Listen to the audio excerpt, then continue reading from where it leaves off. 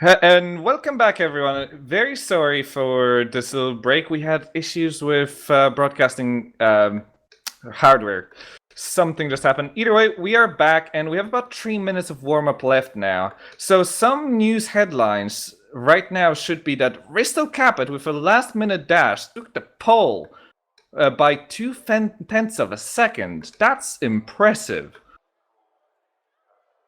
Yeah, it's pretty good, isn't it? Really good effort right at the end there for Risto Capit to just pip Dino Paolini to pole position, who held on for it for much of that session, and then right at the end he lost it. And that means that the returning Capit, surprise return Capit for some, is back where he likes to be, right at the front, and needing to get some good points for Street Fighter today. Yeah, it would be very good points for him. And again, surprising that he's back, but he is on form. So, as we've seen before, it seems like the army makes you stronger. Yes. So, yes, Risto is very much on form, and we're just now wondering how well he's gonna do. And we were just chatting amongst ourselves as to see how much can Lars Brugman win here, considering Lars Brugman is on 50% of all wins throughout the season. That's something that very few drivers, I think, ever would be able to accomplish across such a long season, considering there is a reverse grid race in every double round here. Yeah, not only that, but this series, Supercup, is known for being incredibly close in terms of the speeds of the drivers, and usually the races as well. Fairly closely fought, so for Lars Brugman just to have that edge over the rest of the field for 50% of the time, again, like you said, over such a long season, is incredible effort, and one he'll be looking to continue today. He just needs to win one of the two races today, and he'll continue that it's really strong statistical form. Yes, and of course, if he can technically win two races here, that would bring him above that 50% mark. And it's been hovering over him ever since he got that double win in Hungary. And he's just been able to just get that one win every race since Spa, still to upkeep the 50%. But I guess he really does want to improve, since he has that 111 points lead, which is just immense. Yeah, I mean, I'm sure he'll probably tell us that he's taking every race as it comes along, and he's just trying to get as many points as he possibly can. But surely now he must be thinking, it's nearly in the bag for me in this championship. I might as well get out there and just go for wins. And well, it hasn't stopped him so far this season. I'm sure he's going to continue on today, but he's certainly got competition from a lot of drivers around him, like Capit, Paolini, and Francic, but not Sven de Vries though, because he's starting all the way down in 12th. Or at least that's where he qualified. I don't know if there's any back of the grids that are going to change that around, but Sven, I noticed, had an accident during the qualifying session, about 5 minutes left to go, and wasn't allowed to get back out again because he damaged the car too much. Actually, Sven, excuse me there. Sven will be starting from 11th place. Now, I just quickly checked the rearrangement that's always done before the start to do the penalties, of course. So he is starting from 11th, but that's still so far back. And with this kind of a lead, the only way for him to even challenge Lars at this point would have to be winning literally every race until the end of the season. And Lars either not finishing or finishing low down in the teens. And... Yeah. Just as a side note, there are still 250 points on the line in this season, so it's not like as if Lars can come out of this race as a outright leader and outright winner of the championship, but he is very much on the way there.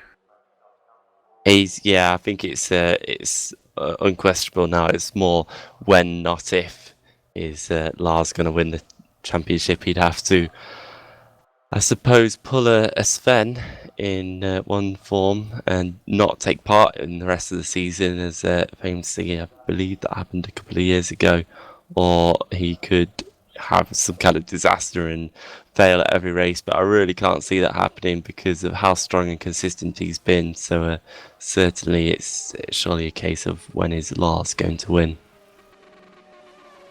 Yes, it's just a matter of time, and of course, yes, it can happen, as you said, as it has happened before. It's just very unlikely, and we don't really want that to happen either, since, let's be honest, Lars has shown some incredible driving here, and I think it would be unfair for him to come out as a non-championship winner.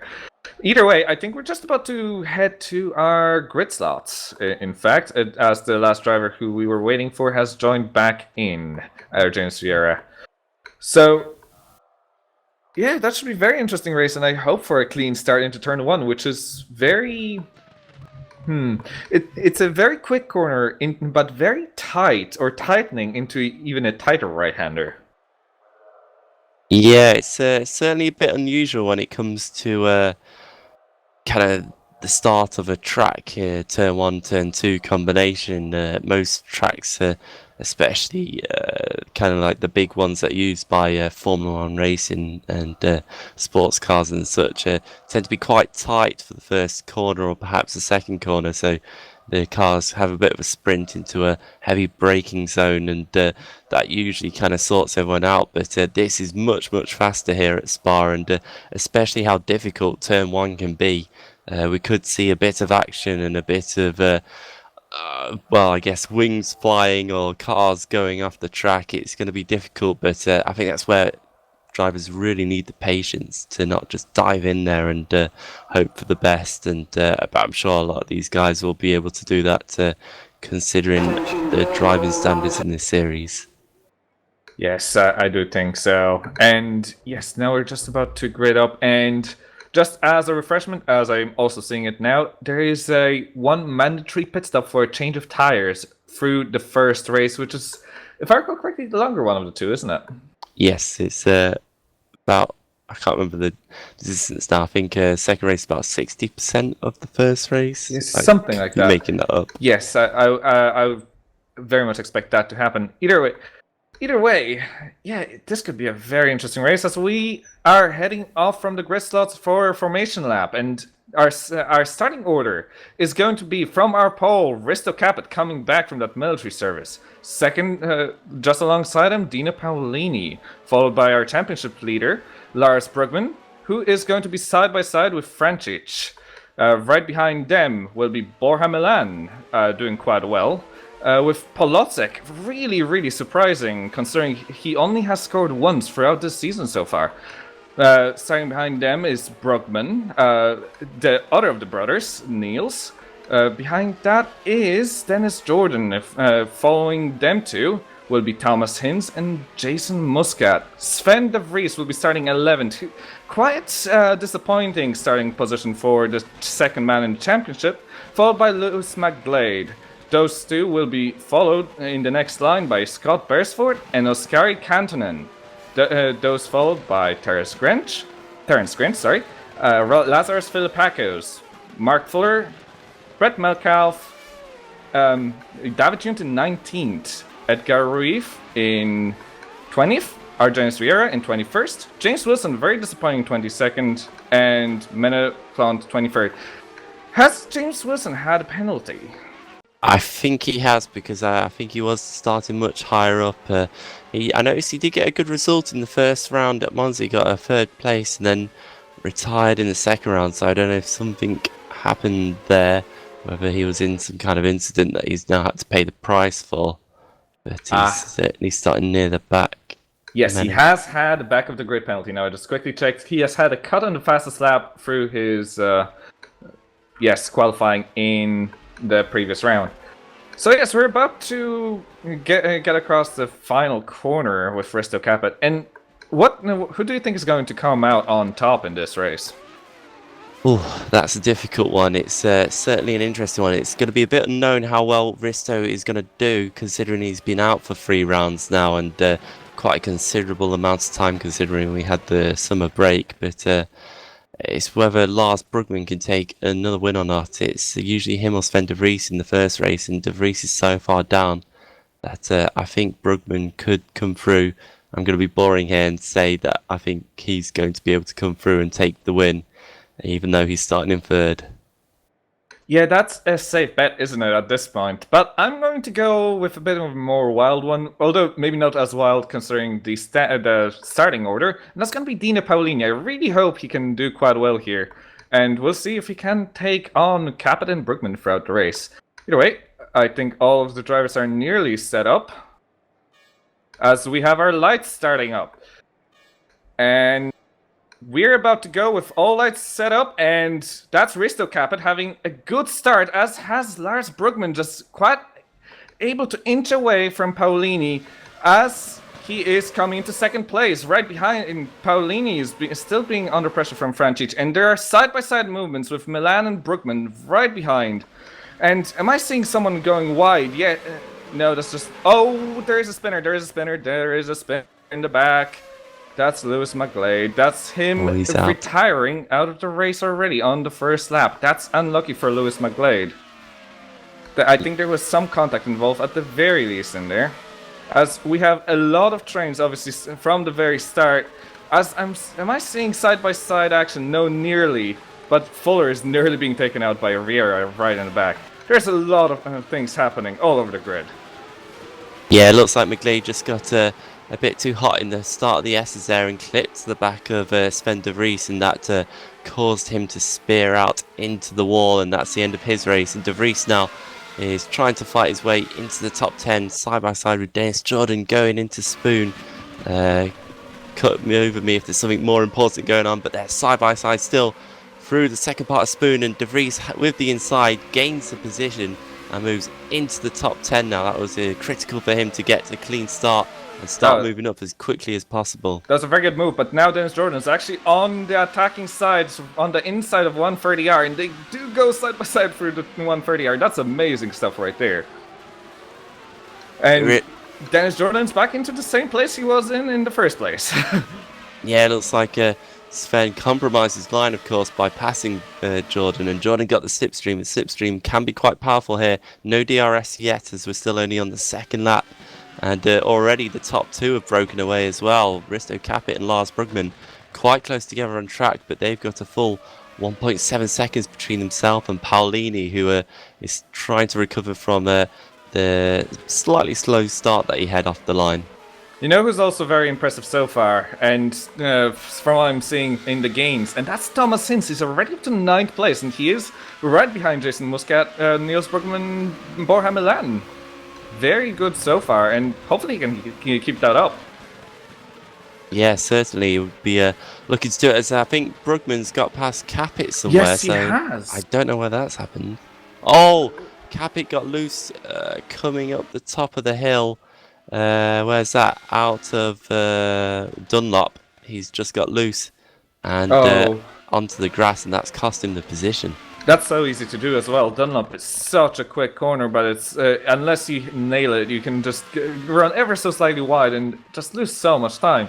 And I think your prediction of Lars Brugman is going to materialize at this rate if he just doesn't make a mistake, which, let's be honest, Lars hasn't made many this season. No, he hasn't, and certainly now he's got a clear track ahead of him. And 1.2 seconds. There's a battle for between Filipakos and Menoclon P16, yes. Just right behind Filipakos, Menoclon just comes out to the outside of the final chicane. Just not quite able to do it, but he may have a tighter line out of the chicane, right on the back end of Filipakos. He may just use that slipstream to get closer and overtake it into the first corner. He does close up, takes the inside line for the first corner. Can he do it? They are side by side, wheel to wheel, and there's a slight bit of contact, but Mena does go through. Yeah, good move for Menno, and at the same time, Niels Brugman went up the inside of Milan going into turn 1, and he's powered away from Milan now. Already there's about 2 seconds between them. As there's a battle for P3 between Paolini and Frančić, and then Kolodziejczyk also in there, in 5th place. What an impressive drive from Kolodziejczyk. Yeah, Kolodziejczyk, he's retired so many times this season, but for Evolution, this will be a really key opportunity for them to try and get some more points. And Kolodziejczyk is in the dizzying heights of the top 5. He's right behind Paulini and Francic. They spread out a little bit towards Spoon, but I think after that, that's where the slipstreaming will take place. I don't know whether there's any DRS down there towards 130. I'm not aware of it, or whether it's just down the pit straight. I think we just got confirmation it's pit straight only, isn't it? Yes, it's. I'm not. It's not always very clear where the DRS zones are, but yeah, I think that's pretty fair because there are a lot of straights here, but there are corners in the middle of them, so it's quite dangerous to have DRS everywhere here, except for the final straight, which just goes straight into an extremely quick corner. So you can't use it that much either way. But by the way, Lars is just pulling away now. He's 2/10 quicker than Aristo and just doing best laps of the race one after another. As we have a battle for P7 between Jason Muscat and Borja Milan. And Thomas Hint, and right behind him there's still the battle between De Vries and Dennis Jordan. So there are multiple battles in basically one shot. But it's going to be difficult, and it looks like now everyone is ever so slightly starting to settle in. Yeah, it certainly looks like Milan has struggled at the first few laps of this race. He's already fallen back behind Muscat as well, so he's certainly been holding up Muscat during the previous lap after being passed by Niels Brugman also. So perhaps Milan was just got a bit too good of a start really, and was up above where he could have been. Although he's catching back up with Muscat now, gets a bit loose coming out the hairpin, and will have to defend slightly from Hinds as they go towards the Spoon. Yeah, since can have a bit of a move on the inside of the Spoon, but Spoon is extremely difficult to overtake, and since there's really only one line, which is in any way safe around here, and you'd nearly always want to keep as close as you can through it and try to attack before 130R, since that place is... you can't overtake in 130R, although it's not easy. It's the 130R used to be even more difficult. Nowadays you can about fit 2 cars through there if you really try. But it used to be one of... Yeah, sorry, there's been a crash down the straight towards 130R. Philip Parkos just got hit by Terence Gretsch on the straight, and he's lost his front wing because of it, and now having to make his way back to the pits, but somehow stayed ahead of the guys behind him as he now peels away. But that could have been a huge crash. So that will be Terence being very annoyed as Philip Parkos gets another bump from David Junt coming into the pits. Yeah, I don't know if Junt got a bit damage in that because he was right with them as well. I'm not too sure. Yeah, I would very much say so, considering it's so early on in the race. It would be very weird for drivers to come in to change their tires at this point of the race. Yep, absolutely. So that could be race over for them, or they could... I mean, it's going to be difficult now to run that long on these sets of tyres, as you say. So we'll have to see how they do later on. They'll probably fall back in the second stint when drivers on newer tyres get around them.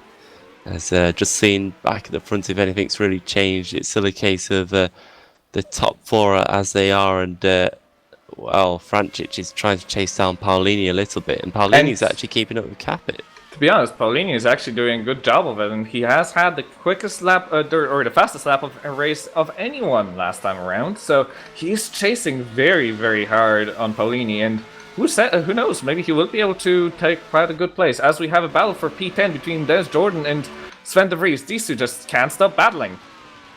Yeah, De Vries is going to go up the inside of 130R, and he's got the position for now, but as they come to the chicane at the end of the lap, yeah, it looks like Sven De Vries has actually cleared Jordan now. He's going to have to just ensure that Jordan doesn't pick up a good tow, and of course the DRS will be active on Jordan's car as he go down the straight. And look at that, he's coming right back into De Vries. De Vries goes defensive to the middle of the track, and Jordan tries to look around the outside, and I think now De Vries has managed to hold on to the position through turn 1 and 2. That was critical, and he's going to have to try and use what could be slightly more downforce to try and pull away through these first couple of sectors on the lap to avoid being caught down the straights once again. Yes, I think that's very much it, and honestly, considering how much downforce there is, the DRS should be affecting the cars quite a lot. Considering the more downforce you, of course, have in these cars, the more you can stall the wing. And I'm actually quite surprised that Dennis Jordan couldn't get up to his side by side even more so than he did. And of course, the Vries I think has a little bit more pace in him. So just getting by Jordan, not giving him that opportunity of getting back on him in a slipstream, was the key to succeeding and possibly trying to start the chase of Thomas Hinz and the rest. And at the moment, I think we're starting to have a bit more of a gap. Although I think the next one to watch may just about be for third place. Yeah, Francic is still closing in on Paolini. He's actually quite close to his gearbox now as they come out of the chicane and down straight. Paolini, though, will also be getting DRS as Francic will be, because he's close enough to cap it. I think he's just under the 1 second mark, just about, although he's fallen back a little bit. But yeah, not enough there for Francic to close in. And takes an interesting line through turn 2, and that probably compromises exit a little bit for Francic. But it's all single file traffic through the S's anyway. It's really no place for overtaking.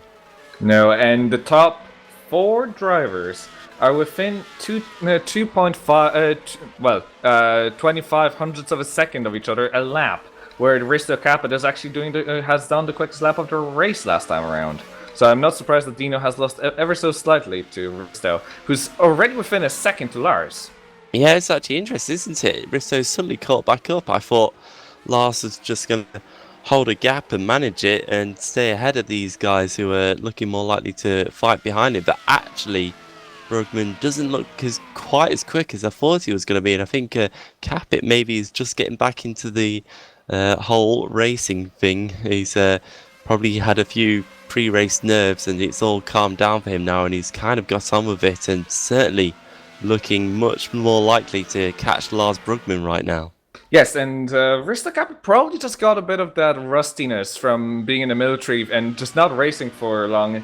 It is very true that when you're racing, you kind of get into rhythm, and it is very easy to fall out of it. As we have a battle for P1 now, as Brugman is seemingly struggling, as Capit goes right behind, has the DRS, and now he's about to attack on the outside. Lars Brugman made a mistake going deep into the chicane, and he's now in second place. Risto Capit, our pole sitter, is now back into the lead. That is incredible. Lars Brugman made a mistake. Who'd have seen that one coming? He did just I think he missed his braking basically to the chicane and ran very deep in the first part of it. Just gathered it up for the second part, but of course lost all that momentum, and that was enough for Capit to get a run down straight and cleared Brugman before the corner. And now Brugman is actually not only looking ahead but also looking behind, because Dino Paolini is right there also through the middle part of this track, and Francic is there as well. We've got a great force car scrap right now for the top 4 positions. This is certainly something to watch out for. I didn't think that in a race like this, I would see Lars Brugman make such a big mistake, and it seems like he's struggling with the car, which is so very unusual for a driver of this caliber. But it seems like everyone has their slightly worse days, and so far, Lars is not the best by any means. But of course, there are still pit stops to do later on, so anything can happen, anything can shuffle, and with this kind of difference of about half a second between Risto and Lars, it's game on for everyone. All 4 of them, in fact, can still win this very easily, since just a small mistake could lead to a loss of 3 places. Yep, as they come into the chicane once again, and Brugman is right on the tail of Capit and just gets a little squirrely coming out there, applying the accelerator. And he's actually got a good run on Capit. Capit's gone to the middle of the track to think about defending, so Brugman goes to the outside, but I don't think he's quite far enough along the inside. Oh no, he's trying it around the outside, and Capit just about holds on to the position there, and Brugman just slots in behind him. That was a good effort by Brugman. He didn't need to go for that, but he gave it a good go. It nearly paid off for him. That's a jaw-dropping move, isn't it? Just going on the outside of turn 1 is such a crazy move, since it's essentially just a prolonged hairpin, just a very long 180-degree corner that you have to just nail to get right. And seemingly on the move on the outside is not possible, but Lars didn't seem to think so. And No, it certainly doesn't look like a guy going for the championship, as I think we've had another retirement. Scott Beresford has retired for whatever reason. It looks like he just pulled over there and parked the car. yeah, so that is our third retirement of this race following Lewis McGlade and James Wilson. I don't think I even remember seeing James Wilson retiring, but he has. On the first lap, indeed, actually. Yeah, it's not giving us a reason either. It's just saying DNF for me, so who knows with that one. But we'll see if he comes back for race 2. Of course, he had to start from the back here in race 1, and perhaps he just got into the danger zone there. As I've noticed as well, Niels Brugman has got past Polsek some point, I think, this lap. So he's now on a charge, and he might be joining this 4-car battle here in a couple of laps' time. Yes, and now Polacek is under pressure from Muscat for 6th place. So that's Polacek after his fantastic start and his fantastic qualifying, under quite a bit of pressure, not quite able to keep up with the drivers in front of him. Yeah, he's had a bit of a scruffy lap. I wonder if he's struggling with the tyres and maybe they're going side by side, by the way. Pressure.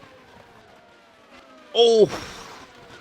That's a move on the outside that actually worked. That's some amazing stuff from Jason Muscat. On the outside of turn 1, exactly same move as Lars, but just it seems like this time around, Jason just had a bit more confidence than Tobias, which it was the exact opposite effect of what we've seen with the battle for the lead into the first corner. Yeah, Muscat just, I think he just got his nose ahead going into the corner. That really helped him out. There was a bit of contact through the second part of the curve, but Muscat just about got the position done, and they both managed to keep it on the track as well, which was good to see. We didn't really want to see that ending in tears. So Polacek is falling back, and Muscat also moving forwards. Oh, also, I've just seen it. I've not been paying attention to the race chat at all, but I have received a whisper from Lewis McGlade before he has quit that the main reason he's out of the race is that he was lagging a lot and he will not be doing race 2. So that is Lewis McGlade not doing race 2. Oh, wow, that's it. That's a shame. I know Lewis has suffered with that in the past, and of course that means that both Kajalas are out of this race, and potentially only one will be taking part in the second race, and that's not going to be good for them in the championship, as points are really becoming crucial at the end of the season here now. Of course, it is the final portion of the season, and you don't want to be losing points at this point. At this point of the season, as yes, there is not too much to go, but if you lose now, there's just no enough time to get it back. It's just this kind of moment where at the beginning of the season, if you lose a race, that's not such a big deal. But here, it's so much more penalizing, I think is the right word. As I still can't believe that the top 4 is so very close together. Yeah, it's certainly not splitting up. Kacper isn't managing to get away from Brugman. Brugman's right in his tail as the cars flash through the Degness. It looks absolutely incredible. And Niels Brugman, I think he's slowly reeling the top 4 in, but not too quickly, so we'll have to wait and see if he can catch them and make it a 5-car battle for the lead. But yeah, I'm really surprised that no one can pull away. Yes. It looks like they're all pretty equal on pace. They are very equal. I'm just looking, and they're within 0.2 of a second every lap. It's amazing stuff right there. And actually, the top 3 were within 0.05 of a second of each other. Or 0.04 even. It's some incredible stuff. As by the way, there's a battle brewing for 9th place between Thomas Hinson and Sven de Vries. This could be very interesting. And Sven is quite a bit quicker, about 0.4 of a second or 0.5 of a second last time around. And Thomas will have to defend quite ferociously to be able to hold off Sven. I think he will. He's done good so far, as Thomas Hinz. He's had a few struggles this season, but a strong showing here today for I think there's been a that's position change. Polacek out. That's Polacek into the wall, and he does not have any serious damage, so he's back onto the track. Seemingly he just spun the car in the final corner, but that's Polacek doing so well in the beginning parts of the race, in 13th place now. It's a real shame considering how well he was doing earlier on, but he's still got potential for a couple more points. Of course, he only scored his first points of the season in the last race at Monza last time out, so any more points for him will still be a bonus, but I'm sure he'll be frustrated with himself for that, but he can't let that get to his head, as he's still got a good chance of doing well for the team. Of course, his teammate Des Jordan is currently in 10th after being promoted up there from 11th, as Sven de Vries gets a bit loose. Coming out the second Degner, it's certainly tight between 1st and 4th, and then from 6th to 9th, it's also a close battle as well, so plenty to look at the moment. Yes, indeed. It's not very far. Oh. And interestingly enough, last time around, Borja Milan and Thomas Hinz had an identical time to 1,000th of a second. Also, I'm seeing something weird with Argenis Riera. I think he's left or right. Lagged out, or I think he's had a connection problem, and that messed up the timing as well. He was suddenly in first according to the timing anyway, but that sorted itself out now, and Risto Kacper is being scored back in first place as he should be. Yes, that was very odd to see suddenly Argenis Riera on top and just seeing him outside of track. Either way, that's it must have been a connection issue, and Argenis seemingly out of this race. I'm not sure if you can connect if you disconnect due to a fault, a disconnect, connection loss, or whatever happened. But yes, that's Riera definitely not having a good race, and hopefully he's going to be back for the second one.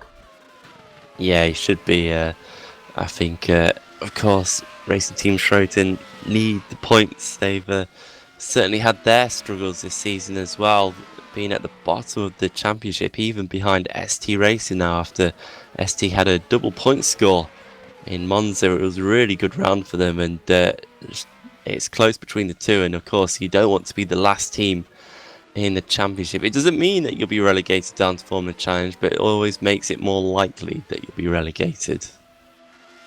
Yes, it always means that you do. It seems like you need a bit more time to maybe grow up and to as a driver and improve your skills. And of course, that's why we have feeder series here. And this, of course, is the feeder is the feeder series for the Super League, which you can watch tomorrow on the same track. And we will invite you very much to watch that, since it could be a very interesting race. But either way, still concentrating on what's happening right here and right now. There seems to be quite a bit of a gap that has built up between Hinz and de Vries. Hinz coming back on pace now. Yeah, I don't know if de Vries has switched off or what, but certainly Hinz looking strong and keeping Milan in his sights as well, just ahead. Of course, Milan was looking to overtake Plotzek before he had his mistake, so that's of course promoted Milan to 7th. I think the drivers are probably just relaxing a little bit now. The tyres are starting to go off a little bit, and you'd think that, but I'm looking at the times now, and the times are still improving. Dino Paolini just did the fastest lap of anyone during the race and went 3/10 faster than the guys in front of him. Plus, by the way, with Thomas Hinz, he's actually not slowed down. He's actually gone quicker for the most part and done his fastest lap, not last time but 2 laps ago. And he's actually lapping about half a second quicker than Sven de Vries, but still lapping very quickly. So I think it's just Sven de Vries maybe overheating his tires or something. Yeah, and of course we're probably about 2 to 3 laps away from the one mandatory pit stop that these drivers have to make this race. Most of them will come in around lap 15, 16, potentially 17 or 18 if they really want to stretch their first stint out. But typically pitting around half distance is what tends to happen in this series, as it's the same compound of tyres that goes back onto the cars once they make their pit stop, so it's really no difference to doing same stints either way. As Kacper has really got Brugman on his tail now, I've noticed, coming into the final chicane. We'll see if Brugman can get a good exit, and actually Kacper's peeling in. I was about to ask you, as they went by the line next time by, if they're gonna have if Lars is going to try an undercut, but apparently not. Apparently this time around it's the leader from the previous lap, Risto Kacper, who pitted in first, and we're going to see. But I think maybe just a bit of a mistake considering the tires here when they're still fresh. They don't have heaters on them. They don't have these heating coats on them, so actually come out with no heat in them whatsoever, and you lose a lot of time initially on the tire. So I don't think that was a very good move from Risto. No, he certainly cut it close there with the pit exit line, but I think he pretty much just about stayed within the legal area of exiting the pits. But yeah, he's going to be slow here, and not only that, but he's got Kolodziejczyk right ahead of him as well, so he's going to be picking up the dirty air from the car ahead of him around this lap, and that's surely going to give Brugman more of an advantage. I'd expect Brugman to come out ahead of Kacper as long as Brugman doesn't make any mistakes now over the next lap or two before he pits. But of course Kacper will then be on the warmer of the tyres, could try and strike back, but well, could Paolini get ahead of Kacper as well? I don't know, because Paolini is pretty close to Brugman right now. I think anything can happen currently, to be honest, and Paolini, I think, is going to be trying to catch up to Brugman. Brugman, of course, lost that bit of slipstream he had on straights, so now he does not have a defense mechanism against Paolini, and he will have to be extremely careful. And of course, last time we've seen him drive on his own, he had a very good initial part of the drive, and then suddenly he just lost the space. So, yeah. Do you think that's something to do with overheating the tires or something like that? It could be. It's very easy to overheat the tyres here, as Sven de Vries now pits from 9th place on the field. Yeah, it's very easy to overheat the tyres. You just have to get a bit scruffy and slide round a couple of corners, and straight away the tyres will really pick up heat, and then you just lose the grip and lose all confidence in the car as well. It's so easy to do in these cars, as De Vries comes back out in 13th place, and Edgar Ruiz, also pitting, comes out in 15th place.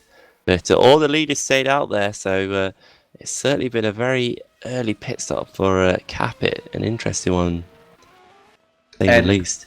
And interestingly enough, Dino Paolini is still doing the quickest laps of the race, so I really wonder what we're going to see from Risto Kacper once he gets to complete a full lap. Is there a battle going on? Someone's just fallen down the field. I think it might have been... Was it Niels Brugman has lost a couple of positions? Niels? Yes, Niels was up in 4th place, wasn't he? Yeah, yes. I'm not sure what that happened at all. Oh, I see it. Oh dear, he made a mistake and slightly over... And yes, spun in the hairpin. Oh, that's unlucky for Niels, and just couldn't quite get going before Borja Milan and Jason Muscat got away as Paolini and Frantic pit in. So that's 2 of the leaders, 2 of the 4 leaders, you could nearly say, back into the pits. And now we're going to see how well that strategy worked for Risto. But I have a feeling like it didn't work that extremely well.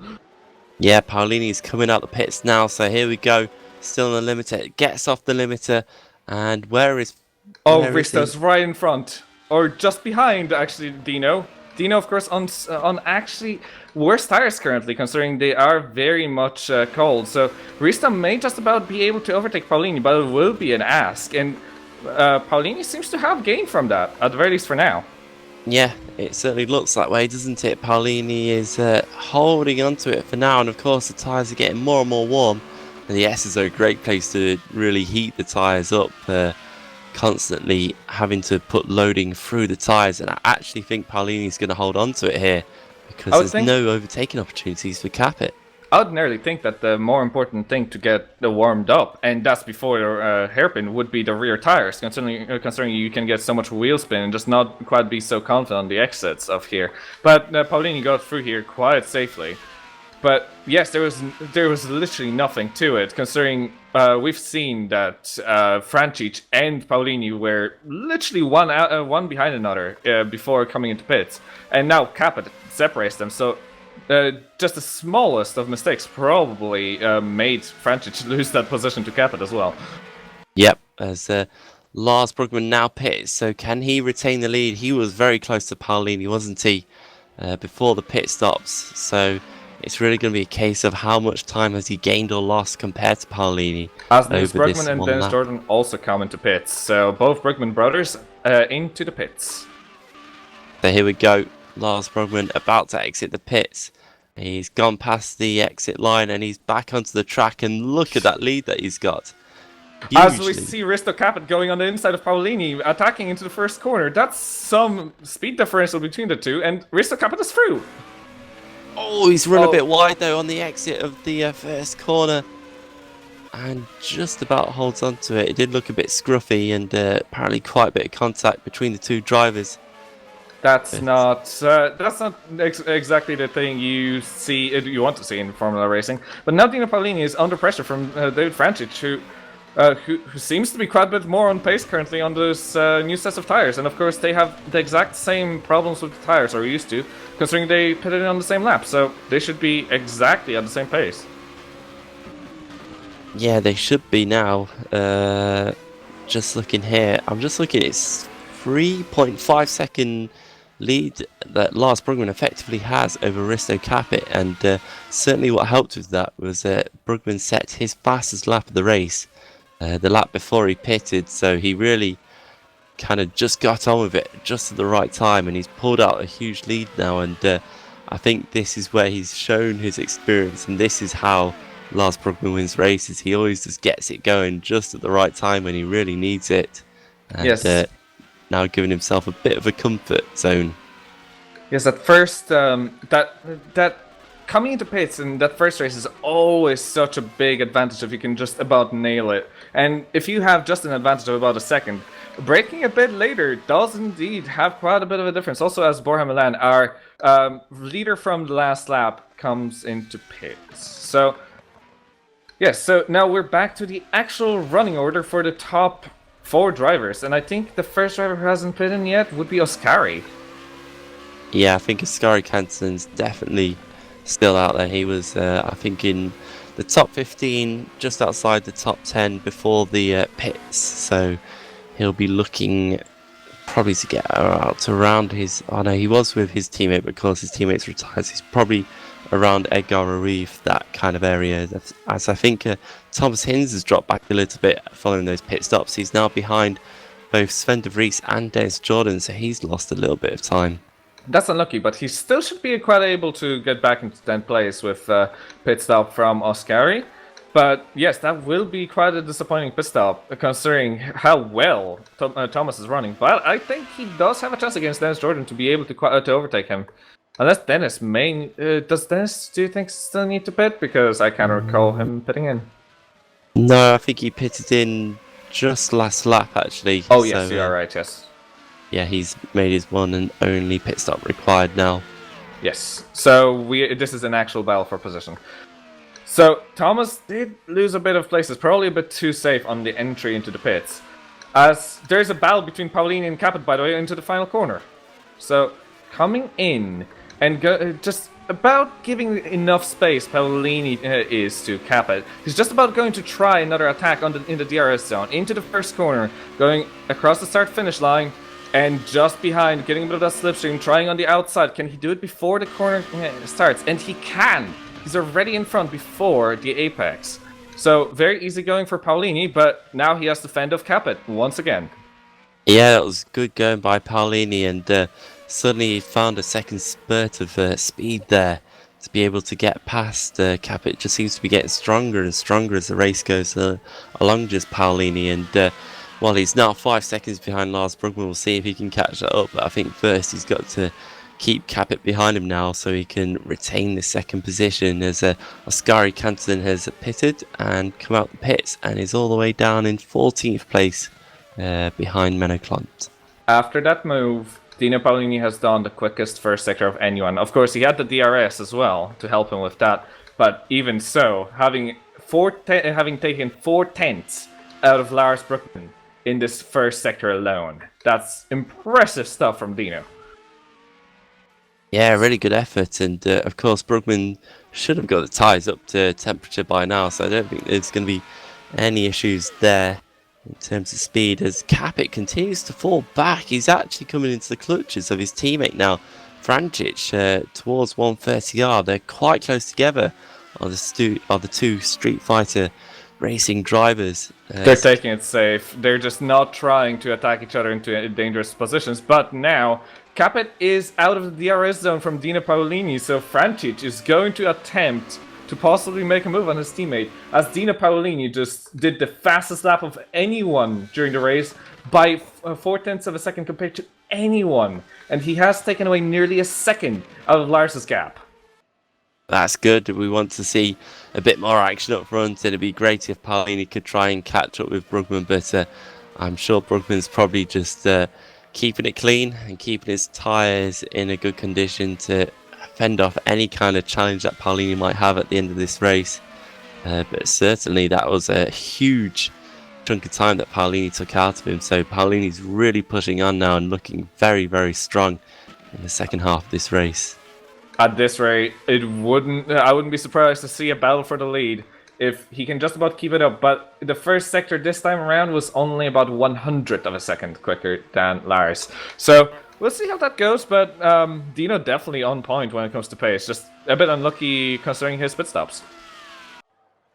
Yeah, he's. I don't think he did too much wrong with his pitting. He just pitted a lap before Lars Brugman and just got held up in traffic. I don't really know how that happened, whether he was just a bit slow on pit entry or had a slightly longer pit stop. Really not sure where he lost the time. It was only a matter of a couple of seconds that he must have lost somewhere or at some point. But he's trying to make up for it now, and I think Lars Brugman has certainly seen the attack from Paolini and tried to respond on this lap as well as they come across the line. I have a feeling that the gap is probably still around 4 seconds. Paolini. By the way, there's a pressure under Sven de Vries from Dennis Jordan, who just about closed down a little bit before 130 hours. So there could be just a bit of an attack, and I think that's the closest battle we have on track currently between 3 drivers. So Dennis Jordan just about 4 or 5 car lengths behind Sven de Vries. Can he take de Vries? No, just not quite enough of speed differential this time around. But I think Dennis and Sven is one to watch for now. Yeah, they've been battling all race, haven't they? It's pretty much been since the drop of the flag have these two been together.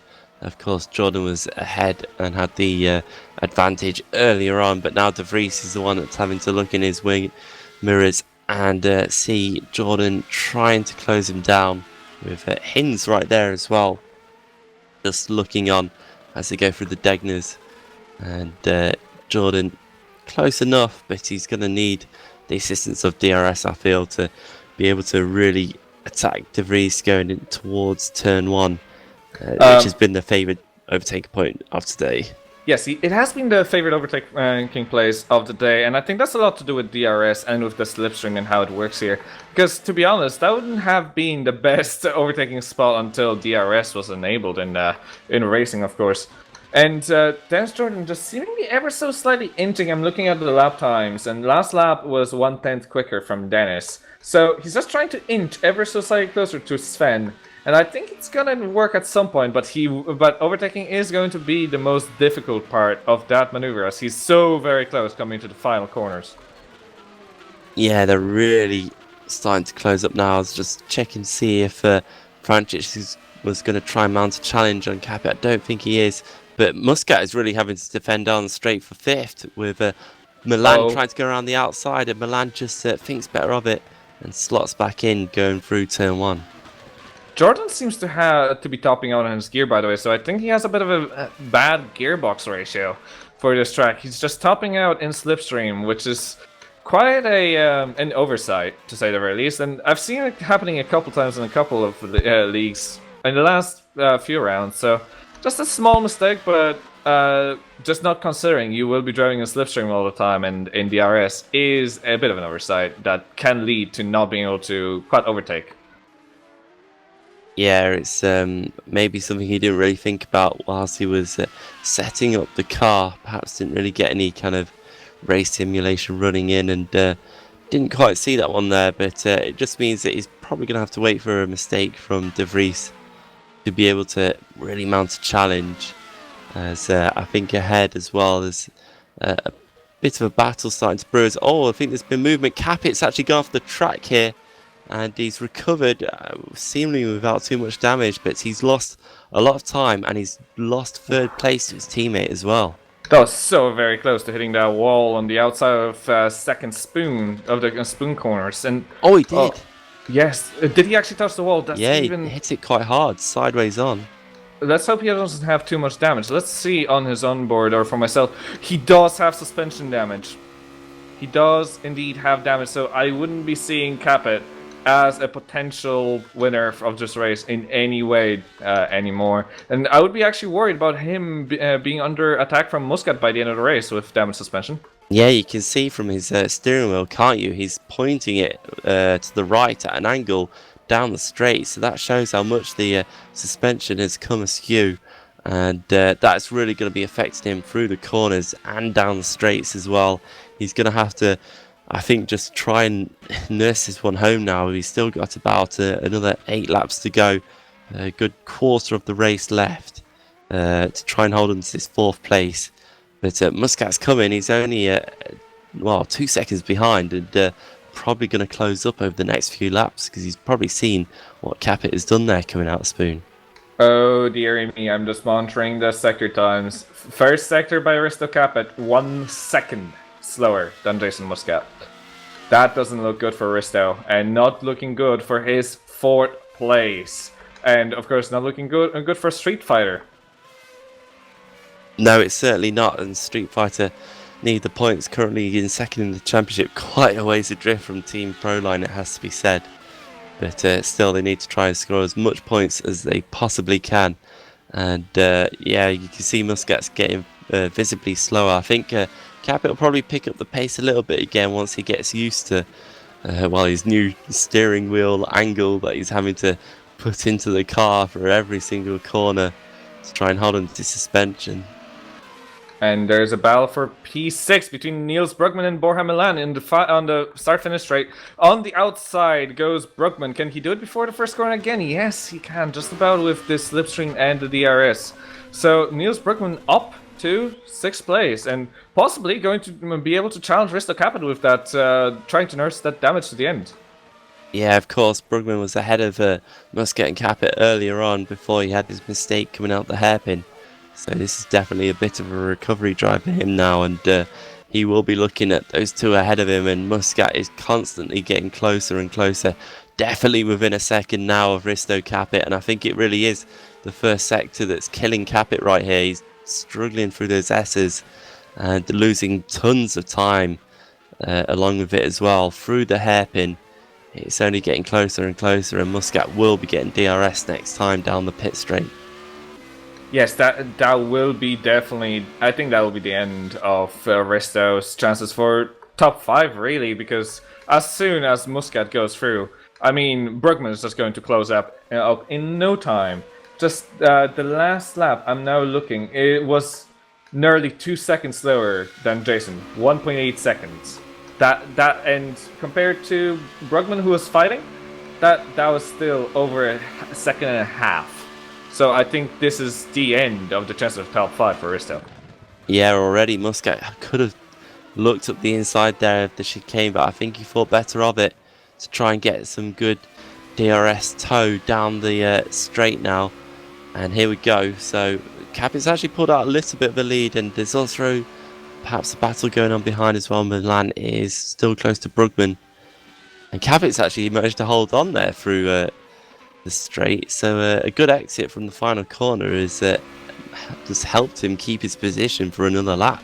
Yeah, that's very surprising considering his damage. But now look how much Muscat has to lift off to be able to keep behind Capet and not drive into his back wing.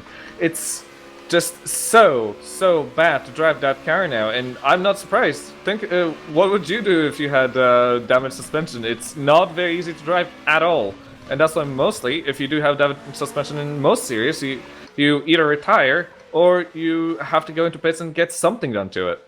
Yeah, I know right now Capet will be wishing he could get a free pit stop, but unfortunately that's going to cost him probably, any kind of points. He'd probably come out in about 14th place if Capet pitted right now, and I don't think he'd really be able to recover any positions either, so he's just got to battle on and try and hold on to this. The big danger here is he could easily spin out under acceleration because of the kind of difference between the right and left hand side of the car. Yes, that could be very much it. And by the way, just to mention the you could say battle for the lead. The last lap was half a second quicker by Di Napolini, so there's still a chance as Muscat doesn't quite attack into the final chicane. And Kacper just about having a bad exit, and I think Muscat is close enough this time around to be able to get him on DRS. Just getting a bit of slipstream, going across the start-finish line, and now he can have him on the inside. And yes, he's done it before we even got to the corner. Yeah, you could see how much Muscat was being held up there because Niels Brugman was right on his tail, so that was critical for Muscat to get past there into turn 1, and now it's Niels' turn to have a go at Kacper. And wow, Kacper's really missed some of these apexes here. You can really tell how much he's struggling to hold on to that car through the S's and up to Dunlop as well. I think there may even be a move soon enough by Brugman into some unconventional spot, just trying to get it so he doesn't lose too much time to Muscat, and maybe even try to challenge Muscat himself. Yeah, because Milan is also on his tail. I think he's going to have a look here into the hairpin, is he? No, he doesn't actually. Kacper takes a slightly defensive line, and Niels Brugman just has to sit in behind, and we'll get a good chance into Spoon as well, but I doubt he'll stick it up the inside there. You never know, he does have a good run on him, and he is nearly side by side, but no, he just about backs off. And he is keeping very close. I wouldn't be surprised to see him making a move into 130R. Seeing he's so very close, keeping behind, slipstream up, and now he does have the speed. He's going to go on the inside of Kacper, side by side. He's going to have him before 130R. Yep, move done, and Milan, oh, whoa, I don't know what happened there, but Milan is right behind Kacper as well. It might have been a little bit of lag that I just saw. I thought Milan was as Brugman makes a bit of a mistake through the last chicane. Sorry, I've seen some wheel spin, but he is safe from Kacper, seemingly for now.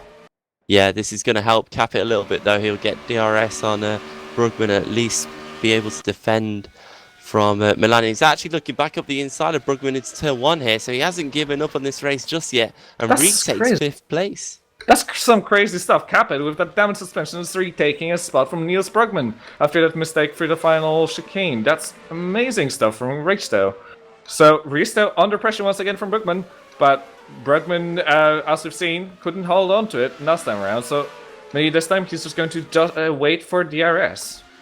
Yeah. An absolute train of cars is coming up behind Risto Kacper. Not only have we got Niels Brugman and Milan, but also Sven de Vries is caught up.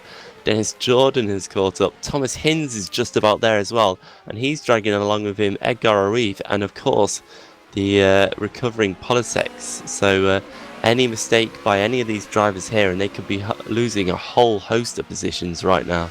That's 5 drivers within a second and a half. That is nothing between Risto Kacper and Dennis Jordan in 9th place. And now we just see that train of 4 cars, nose to tail, as we have a move of Sven de Vries and Borja Milan, as Borja Milan has to slow down just a bit to not hit Niels Brugman. And I think it just has the slight edge on a straight line speed, and Borja does pull in front of Sven. But I wouldn't count Sven out on the straight next time around. As we see also Brugman right on the back end of Kacper going to try and move on DRS. So I think it's... Kacper just went super deep as well into the chicane, so that's just lost him all of his momentum, and already you can see that Niels Brugman has nearly had him before the DRS activation zone. So now across the line, I think Niels has already done this, and Milan is right on Kacper's tail as well, and Kacper just had to move out to the middle of the track to hold on to that 6th place. He's definitely lost 5th, and you'll see now that Niels Brugman will just pull away because Kacper is so slow here through the S's.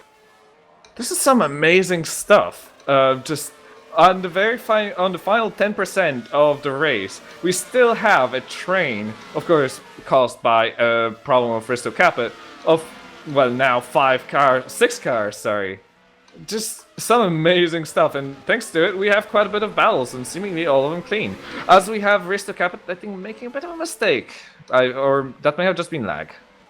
Yeah, and also, not only that, but these drivers aren't only racing for position, but they're also thinking about race 2 as well, because 6th, which is where Kacper is right now, through to Thomas Hinz in 10th, that's all the positions that could potentially be gifted reverse grid pole as well. So very important placings right now, and I think these drivers will be getting a little bit desperate behind Kacper as the laps wind down. Yes, as we have Borja Milan making a move on him into 130R side by side, and I think he's gonna make it already. But now, is Risto going to... Oh, as Sven de Vries does the same thing, going side by side through 130R, still not having quite an advantage on Risto. And Risto does take it into the chicane. But Sven, on the very back end, is going to try and make a move later on the start-finish line. Straight. But now Risto has DRS and Borja is not far away. Risto's probably going to take back that place as he goes. Borja goes defensive on the inside, and he's just about to be able to keep it. As Sven de Vries takes it for turn 2 on the inside as he dives in, and not quite able to take it into the S's. Yeah, somehow those drivers have all got through that. Oh, it's off. Is he? No, he's still driving. He's held it, but he has made a mistake, and that's going to drop him behind Thomas Hinz. So Thomas Hinz in 9th place. Whoa, he just about held it on the track there, but lost quite a few positions in there side by side with Hinz going towards Degner 1 now. Who's going to let go? Oh, Hinz has gone wide. He's actually nearly lost the position to Ruiz, has he? Yes, he has. As Thomas Hinz barely keeps it as well. He does struggle quite a bit, and Edgar Ruiz is actually the beneficiary of that whole incident, where Thomas Hinz loses that one spot and is back into 11th place. Yeah, that's a good little battling there. Everyone just about kept it clean enough through some very difficult corners. And Hinz is now on the back of Ruiz once again, trying to get the position back through Spoon, but not quite close enough to do anything about it. And Hinz will have to look in his rearview mirror as well, because he's got another fast driver of Politics right behind him as well. Oh, can we please have a race this exciting for the sprint race later on? I would really appreciate that, because this is some amazing stuff, as Hinz is now going to maybe try a move on Ruiz, but not quite able into the final chicane. But now Ruiz makes a bit of a mistake, and Hinz can get a bit more of slipstream. They both have DRS, but Thomas is way closer, so he can utilize a bit of that slipstream a bit better than Ruiz, so he does have an advantage. He goes on the inside into turn 1, but not quite able to get the overlap. And Ruiz holds the 10th spot that Thomas is after so much at this moment. Yeah, these guys are really squabbling now, and that's helping Kacper to hold on to his 9th place now, and that could be important when it comes to reverse grid for race 2. And with all that said, there's also a battle kind of brewing between Borja Milan and Sven de Vries still. So those two are still battling, although the gap is about 0.4 of a second there. Yeah, it's really going to all come down to the final couple of corners now, because of course we are on the final lap, aren't we? And Lars Brugman has nearly brought it home for yet another victory. That was Dennis Jordan making a mistake, and he's into 8th place. I think, is it? Did he just... Oh, it was... Brugman is now just about to cross the finish line for the final time. And it is Lars Brugman, who's our winner. Well done on guessing it, Sam. As we have Dino Paolini crossing the finish line in 2nd place. So, damn, my pick was not the right one this time around. Yeah, pretty close, as Vrancic takes 3rd place for Street Fighter, and Muscat comes home in 4th with a solid drive. He really just picks his way through the field there, as Niels Brugman gets 5th, and a close battle between Milan and De Vries right to the end for 6th and 7th. And I think, so that would be Thomas Hinz finishing in, 12th place. And, that was an off in 130R for Thomas Hinz, who finished behind Tobias Polocek. So, after such a good race, just this last couple laps didn't quite end up the way he'd want. But I still think that was quite a respectable race from the Australian. Yeah, it's just had a bit of an issue there, going side by side with Edgar Ruiz into 130R, and still a good 12th place for him. It's points nonetheless, and good points for the team. Fox Racing, any points are good points at this point, and Well, I just said points too many times, but one good point is the points for Lars Brugman, because he's done an excellent job to pick up yet another victory here, and for both himself and Team Proline, that's yet another step closer to their respective championships each, and really who can beat either the team or the driver, because right now they're looking super dominant, and race 2 could see well, yet another stellar performance from Lars, as he'll have to come through a few drivers, but he's already done that a little bit today. Didn't have it all his own way, and even made a mistake, but still got an excellent victory. Yes, that was an absolute excellent drive, and I'm just going to quickly go through the top 10. So, as a quick recap, with Lars Brugman winning this race, it was an amazing drive from Lars, even with that mistake. Dino Paolini in second, David Frančić in third, with Jason Muscat in fourth, and Niels Brugman in fifth. Borja Milan in sixth, seventh for Sven de Vries, who did improve quite a bit during this race from his starting position, with Dennis Jordan in 8th, 9th for Risto Capet, and 10th for Edgar Ruiz. That was an absolutely stunner race throughout the last few laps, and yes, you're right, Lars' performance was absolutely brilliant. Yeah, and Paolini once again, I really feel sorry for Paolini here, because at the start of the season, he was known as the guy who never got reverse grid pole. He was always one position away from reverse grid pole, and now I feel like he's more of the guy who never quite gets the win. He's picked up his 5th second place of the season here today, and still without a win, but with so many strong performances, he's constantly a top 10 driver, and I'm sure he'll get his win soon enough. But for the German, he'll certainly be feeling that he's deserving one for the amount of times that he's got second place. But again, he's just had to watch another guy beaten by a couple of seconds, and more often than not, it's been Lars Brugman who has finished first when Paolini has finished second. Yes, and I mean, is that very surprising? Lars has won, well, currently, if you don't count the next race, over 50% of the races. So, I mean, it's not surprising that most of the races that you come in second would be with Lars in the front.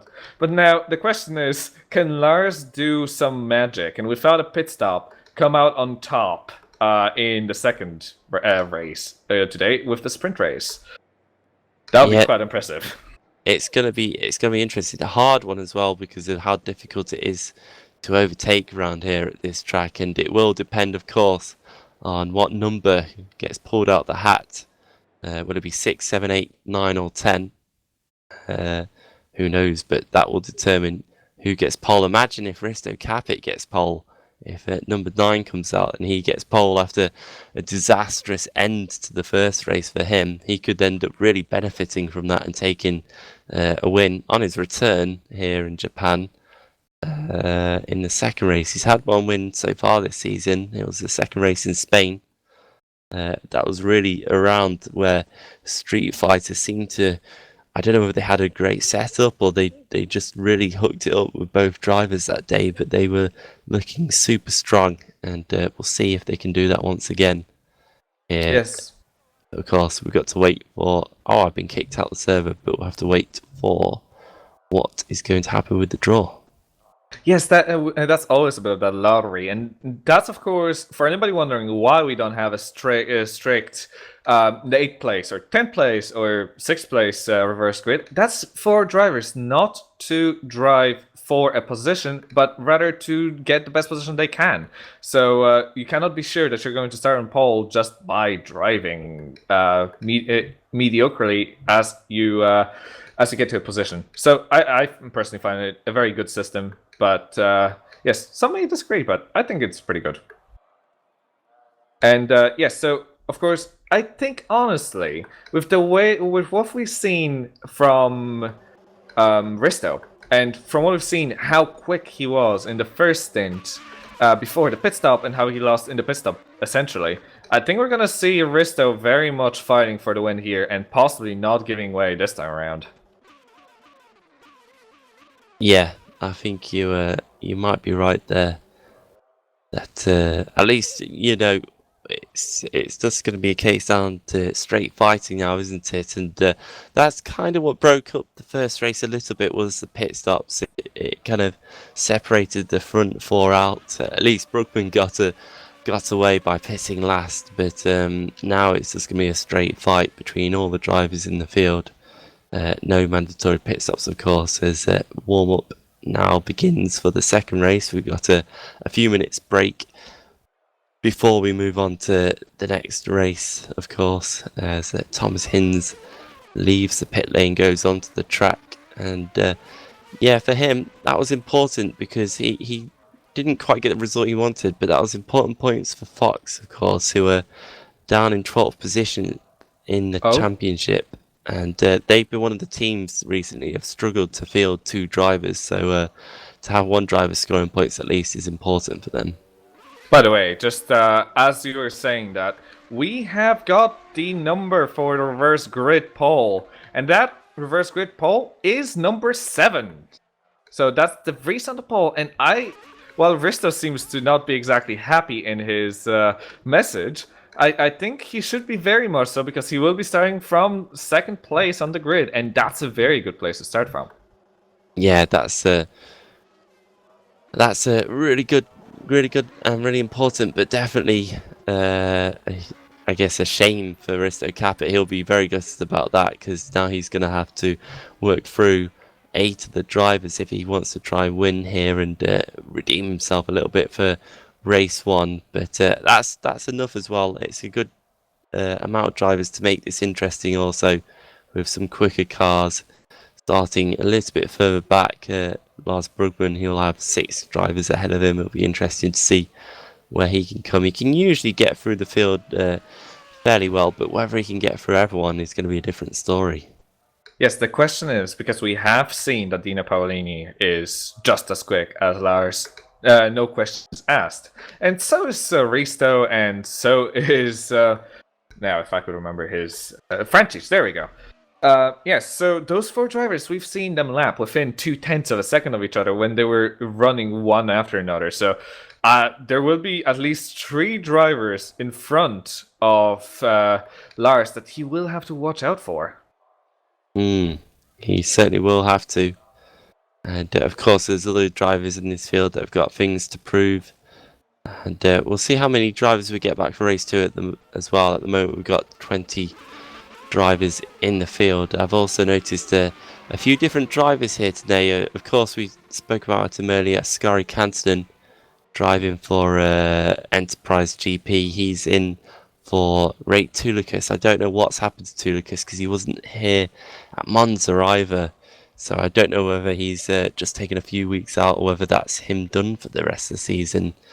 I haven't really been able to keep up with where everyone is and their whereabouts. And I also noticed that David Junt was driving earlier as well for Satellite, so he's come back for his 5th appearance of the season. I think he was somewhere. He was driving for a different team earlier on. I can't remember whether it was Fox now or whether it was someone else. But he's come back for Satellite, and again, that second seat at Satellite has certainly been open for anyone. It seems this season it hasn't had a set driver in it. Sven de Vries has kept the first seat for pretty much the entirety of the season, with the exception of Monaco. But perhaps that's where Satellite have just struggled this season as well, with picking up the points, and that leaves them 3rd in the championship and a little ways away from Street Fighter. Oh, sorry, I was completely mistaken. It was Borja Milan who was in 2nd place, who's going to be starting in 2nd place. Sorry, Risto, of course, finished in 9th. Sorry, that was a complete mistake on my part. But yeah, so that's going to be Milan who's going to be trying to taking it to the first corner. Yes, of course, and we saw he looked a little bit off the pace to begin with at the start of the first race. He lost a couple of positions, but after that he seemed to grow in strength over the race. So we'll see now if he can really make it quite racy and try and grab the lead earlier on and try and pull away. That's going to be key here. Whoever can get the lead and pull away usually does win in race 2. So it's going to be a real fight down into turn 1, I can imagine.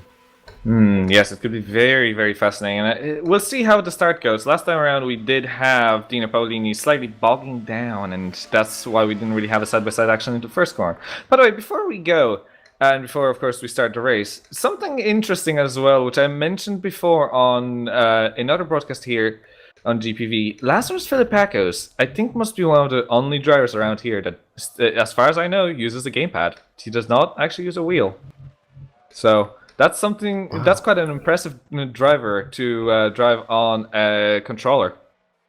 That's pretty impressive. I know our old Supercup commentator James Kirk. He used to do the gamepad, but that was an R Factor 1. I don't know how much of a difference it makes an R Factor 2, but a lot. Yeah, I've certainly not tried it out. I haven't gone there with it, but.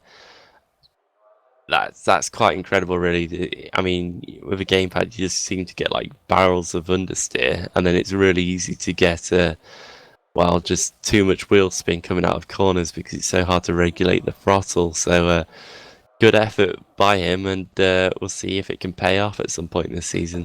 I think the biggest problem is actually not the throttle control, but it's more of a steering control, considering I don't know how much experience you do have with racing in R Factor 2, Sam, but in R Factor 2, if you ever so slightly turn in too much, if you understeer, unlike in R Factor 1, you will see immediate effects of your front wheels overheating, and you will destroy the tire life in no time, as we have drivers who are just about to grid up.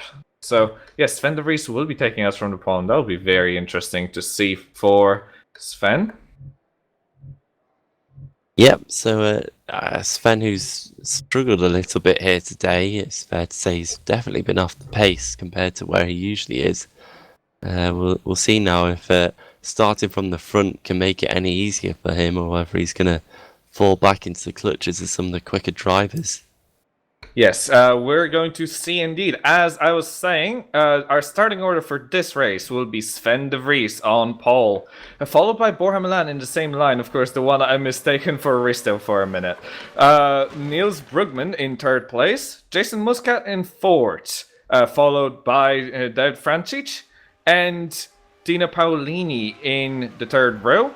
Those are followed by Lars Brugman and David Jordan, followed by Risto Capet, Edgar Ruiz, Tobias Polotzik, Thomas Hinz, Menno Klant, Oskari Kantonen, Teres Gretsch in 15th place, David Junt in 16th, 17th for Mark Fuller, Lazarus Filipakos, who we were talking about, in 18th place, Brett Metcalf in 19th place, and our final of the starters for the second round here at Suzuka will be Scott Beresford. So a slightly smaller grid this time around.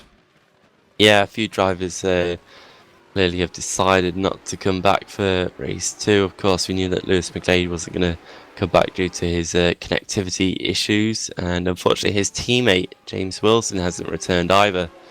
So that's a real letdown for Kajala, not going to be able to score any points at all today. And they'll just hope that the guys around them don't pick up too many points. I know that Ghost Sport are a team that are close to them in the championship, but I actually don't think we've got any Ghost Sport drivers here today.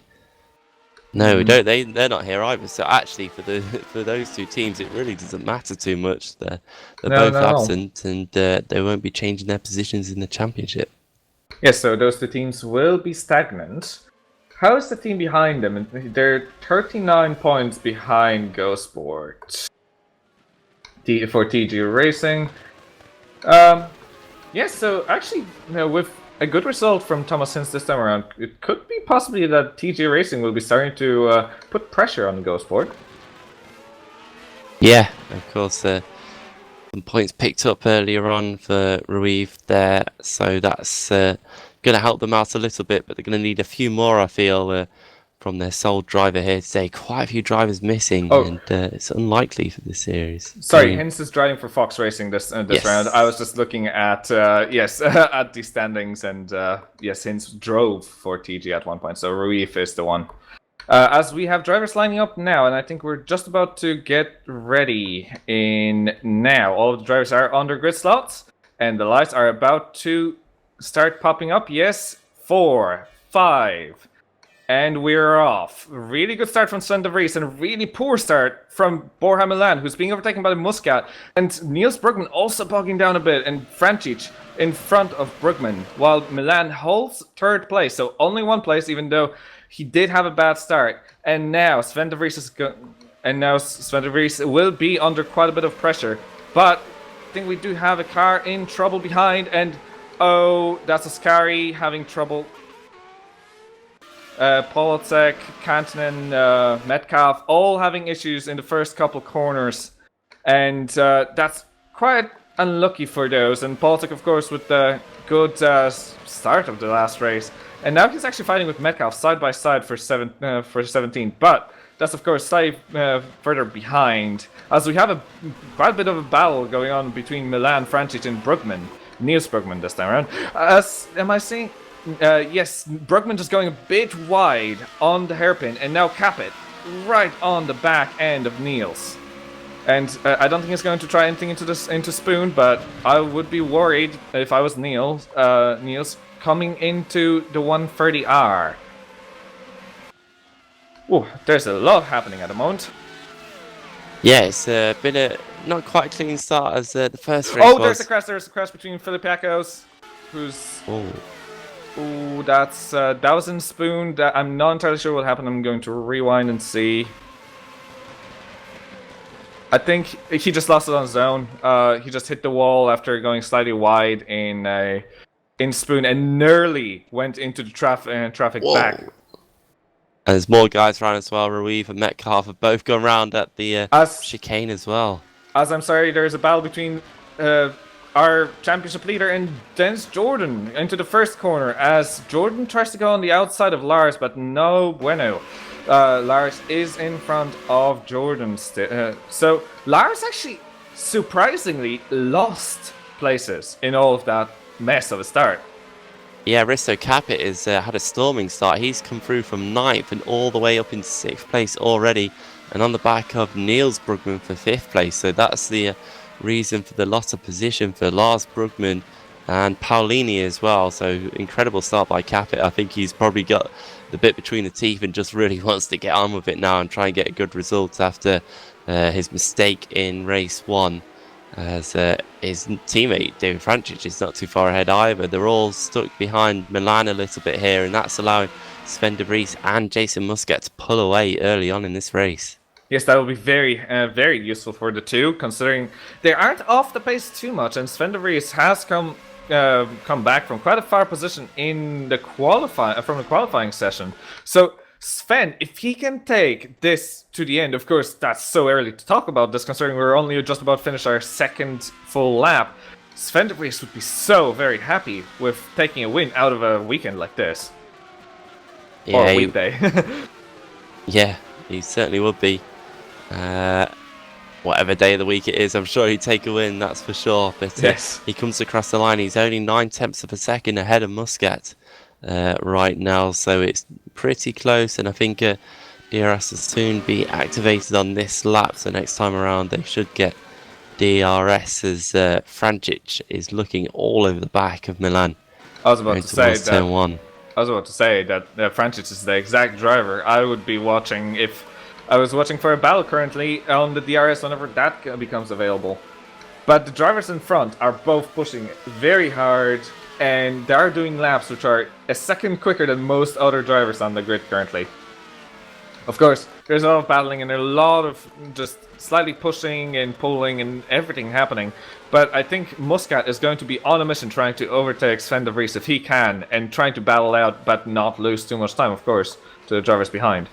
Yeah, and interestingly enough for Jason Muscat, he's really, I mean, he's a solid driver, always getting the points as he always has in his multiple years of experience in Supercup has certainly helped him out, but he hasn't really had any incredibly good results this season. He's had one third place finish, and that's the best that he's managed to get. So right now, if he finished where he was, he'd be on for his best result of the season. And that's so surprising for Jason, because he is such a talented driver and has had some great results in Supercup in the past. So I think today will be important. I thought there was going to be a side-by-side action between Borja and Francic, but there is now going to be quite a bit of action because I think we do have DRS, and Francic is on quite close behind Borja. And coming up, I think that DRS is closed. Yes, it is. And now Francic is about to overtake Milan into the first corner, side-by-side into the first corner. And going to second through the first curve, as it's known. And side by side for the entirety of it. And Francic has the inside into the S's and just about able to do it.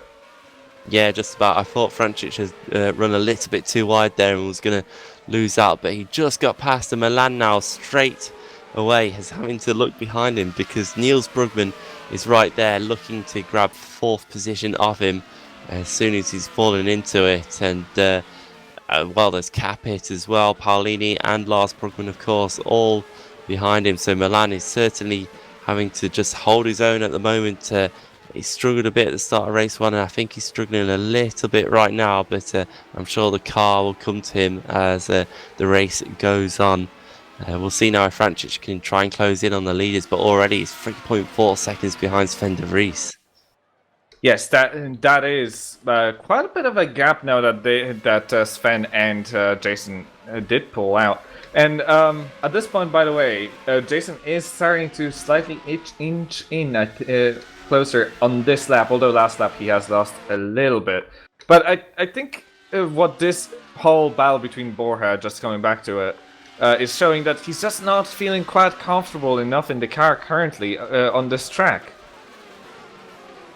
No, he's. I don't know whether he just takes a little bit more time to get the tyres up to temperature or what really, but he often seems to look like he's struggling a little bit at the start of a stint or at the start of a race.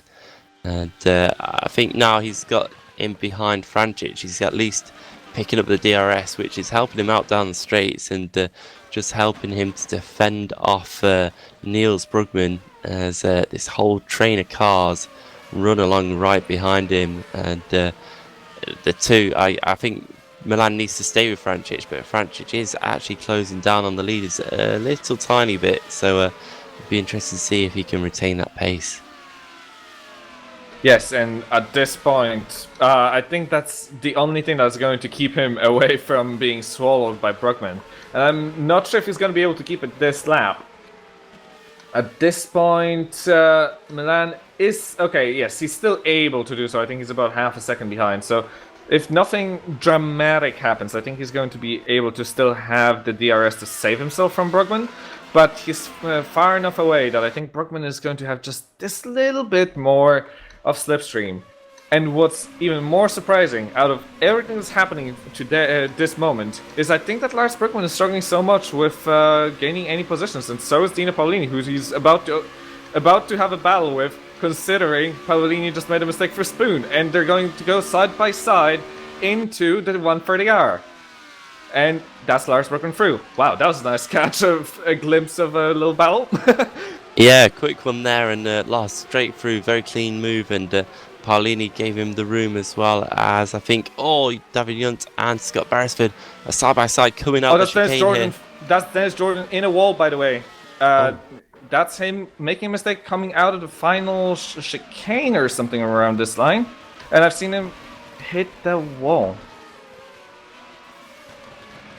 Oh, just lost it apparently. But there's also a little battle side by side between Kolodziejczyk and Kantonen in the back for 15th place, side by side through the first corner, the favorite place for people to overtake on this track. Oh wow, Kolodziejczyk makes a mistake on the inside of the S's, and that's a spin for Kolodziejczyk.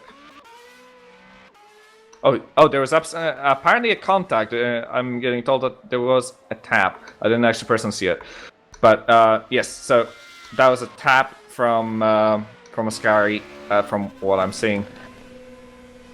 Either way, back to the front, we still see a small little gap between Borja and Niels. And what is more important is that David Francic is far enough away that Borja is not getting DRS. So Niels Brugman, if he can just keep it together behind Borja, he will be able to use DRS to his advantage.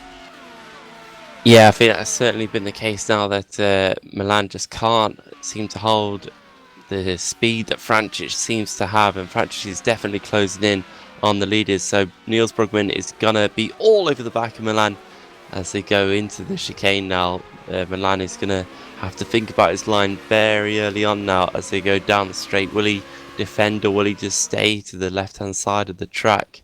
It looks like he's gonna defend a little bit late there as Niels started to come by, but Niels has gone up the inside of Milan into turn 1, gets the position done without too much fuss and too much hassle as Thomas Hinz has dropped out, so something has happened there.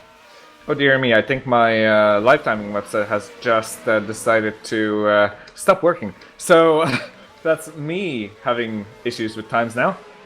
But yes, from what I'm seeing, it's back up and running now. Actually, David Frančić is doing laps that are at least 3/10 quicker than the guys in front as well, so he is closing in on the leaders.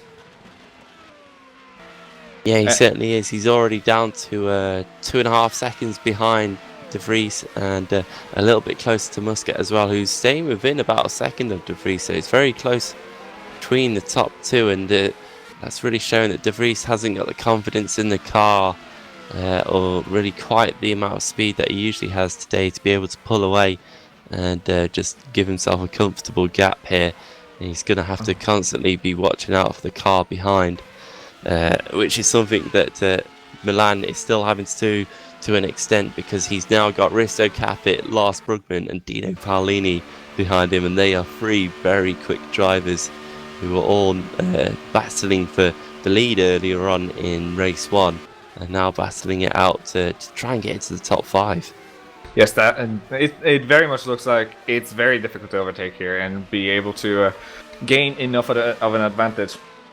By the way, just to let you know, we do have a second retirement this race. Thomas Hinz unluckily has retired from the race on lap 5. But Borja Milan, I think thanks to having DRS from Niels, was still able to not even be ever so slightly challenged by Risto. Yeah, he looked comfortable down the straight, didn't have to go defensive at any point in time, and is able to retain that 5th position for the moment. But again, I just feel that Niels is going to pull away from Milan here, and that's going to leave him really kind of open and susceptible to being overtaken. As again, Frančić takes a huge chunk out of the leader's time. He's now 1.7 seconds behind the leaders, and soon enough he'll be within striking distance of Muscat at least to pick up the DRS, who's himself is getting very close to Sven. He's about 4/10 of a way. Yes, and by the way, that last lap was 0.8 of a second quicker than Sven De Vries from David Frančić, and it was the quickest lap of the race of anyone. So currently Frančić is on the ball here, and Muscat is just about on the very back end of Sven. And as you said, I think there may be an attack. It could be the same problem that our championship leader had in the first race. Lars, of course, losing pace about midway through the first stint. Yeah, it's whether he can pull this back though later on. De Vries definitely looking like he's struggling more and more as Muscat will now get DRS. Let's see how much he can close up down the straight, so whether he's not quite got the top speed. Let's have a look. He is gaining more and more, but not enough to really have a challenge at De Vries. He's going to have to be right on his gearbox to have a go into turn 1. Muscat is pushing so very hard either way. The closing speed for the first corner was immense. So I presume Muscat is just pushing the car a lot harder than Sven is currently. That's my only explanation. Or the tires are just going. The front tires could be overheating or just be in this kind of state where they just don't want to work properly. Yeah, it's always difficult to tell with a driver whether they're holding back. I don't think De Vries would be holding back and putting himself into this kind of danger. So I definitely feel like he's struggling a little bit, and Muscat is looking the racier of the two right now. Of course, he's... we have a Lars Brugman who just went off. Where? It was in second Degner. He just went off, lost it, didn't break enough, and lost places to Paolini and Menno Klont, is it? Yes, Menno Klont in 8th place now. That's very impressive from Menno. Yeah, he's having a very strong race 2 here. I'm not quite sure what happened to him in race 1. I can't can't remember now, but He started from the back of the grid. yeah, but I don't really remember ever seeing him in race once. They must have had a bit of a quiet race further down the field, but now he's certainly having more action. As just looking again to the leaders, Muscat's lost a little bit of time to De Vries this lap, and De Vries has pulled out about an 0.8 of a second gap between the two. And Francic now definitely has DRS on Muscat, so it has become a 3-car race for the lead of this race. With a further couple of seconds back to Niels Brugman. And Francic, I can tell you right now, is still the one to make the best laps of either of them. And last lap, Jason Muscat actually did the worst of them all. 4/10 of Francic and 2/10 of Sven de Vries. So basically, smack right in the middle of the two was Sven de Vries. Yeah, it's definitely super close, of course, because they're all running in the same points. I think Lars Brugman has got back past Menno Klont, so he's back up into 8th after that mistake. Yes, he indeed has. As I'm seeing that Francic and Muscat are doing immense times in the first sectors. Both of them would be records, but Jason Muscat just inches that 100th of a second from Francic. So they're pushing very hard, and we're going to have to see. But I think that Sven has to really worry about it now, as Francic makes a mistake and turns around and Spoon. After quite an aggressive move into Spoon, he just doesn't have enough grip and spins. And now he's behind Paolini, but still in front of Lars. Well, I think Muscat just ran a little bit wide in Spoon, and that really caught Francic off guard there.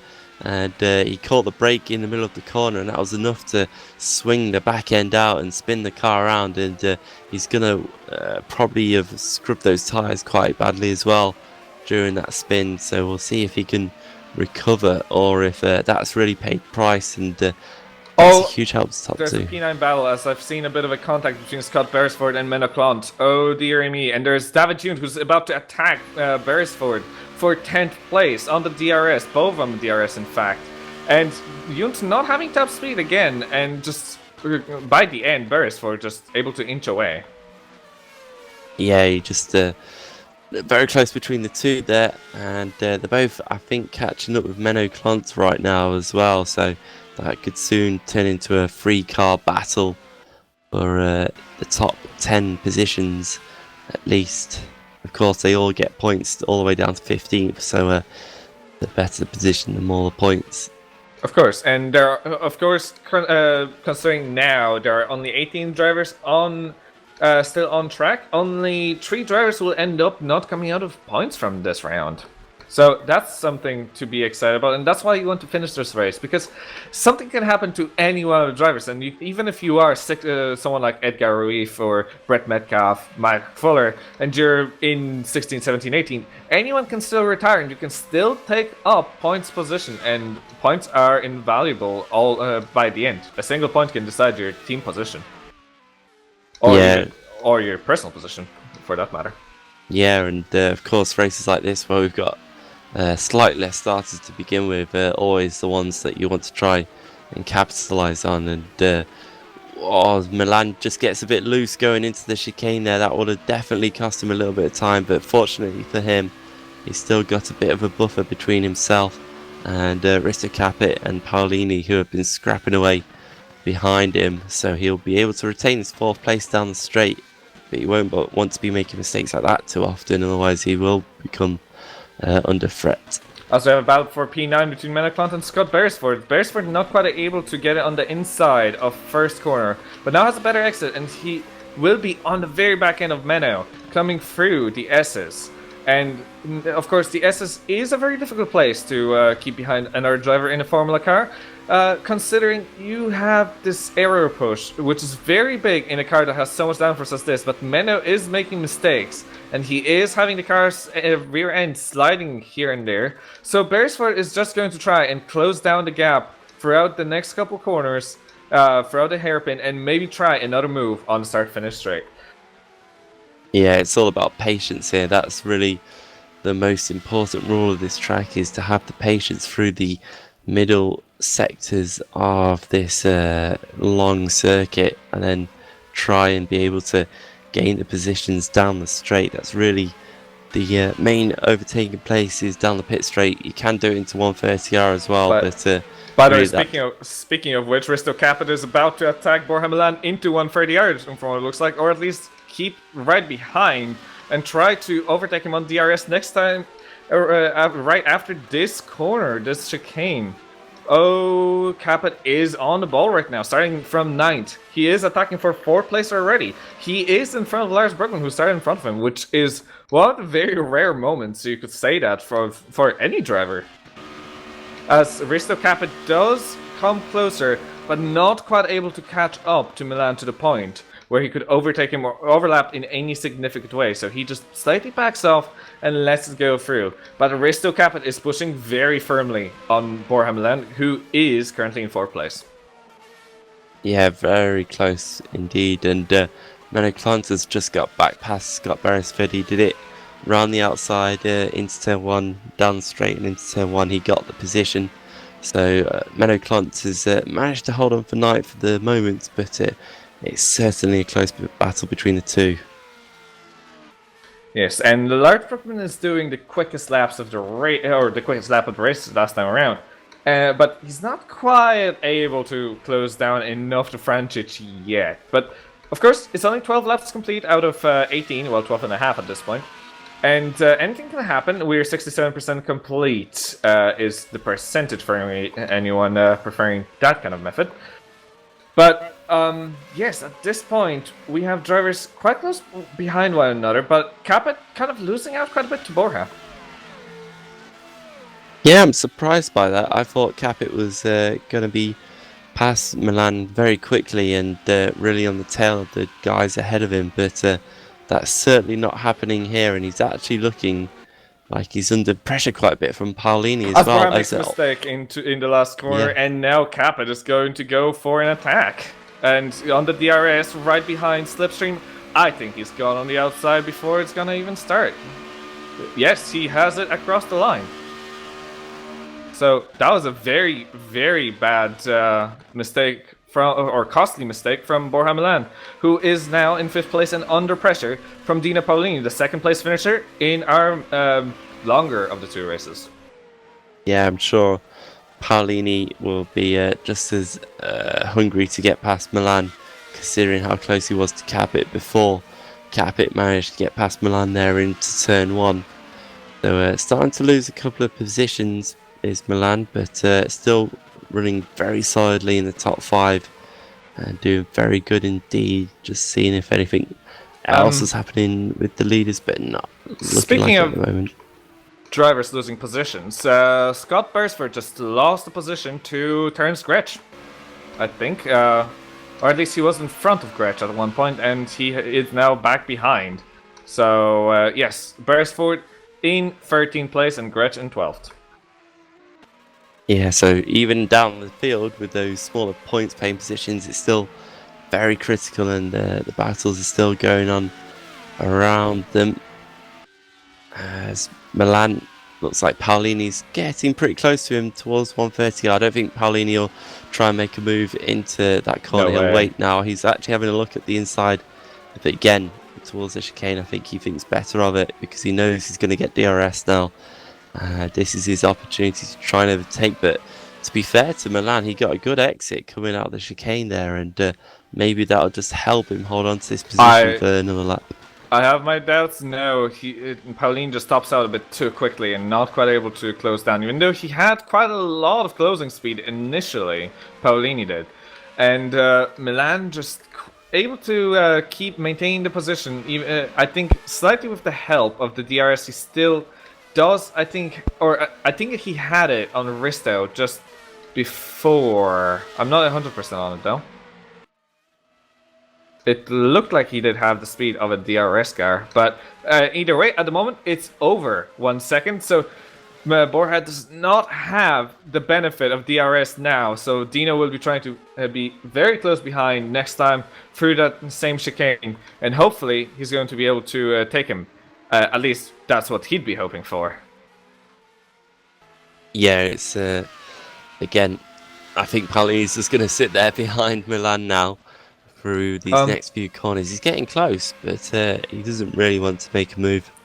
Did Menno make a mistake somewhere? Because I don't recall David June being in front of him. Nice. David June, who was just a little bit of a trivia. Oh, David yeah. June wasn't very happy with his car before the race. He only got, as far as I know, he only got called up to do the job today, and he's only got a very little running. And to be ninth in a race like this with so little running is extremely impressive. Yeah, it's good effort, and he did just capitalise on Menno Clont, who ran wide coming out of Dunlop and lost the position. But now Paolini is looking up the inside of Milan, going into turn 1. He's gone very tight on the entry to the corner, and really that wasn't going to pay off. And he's having to look back as well, because Francic and Lars Brugman are right behind him as well now. So these three drivers are all being held up a little bit here by Milan, and that's giving us a good, exciting little battle towards the end of this race. I think that's pretty much, yes, they are being held up quite a bit by Borja. But, well, it is his position, and you have to take it on track to of course, be in front. It's not like as if you're slower, you just have to, the guys behind you have the right to go through. So, of course, all good, and we do love good racing like this. Dino just has to get so close, just overtake Borja, and watch out for Francic.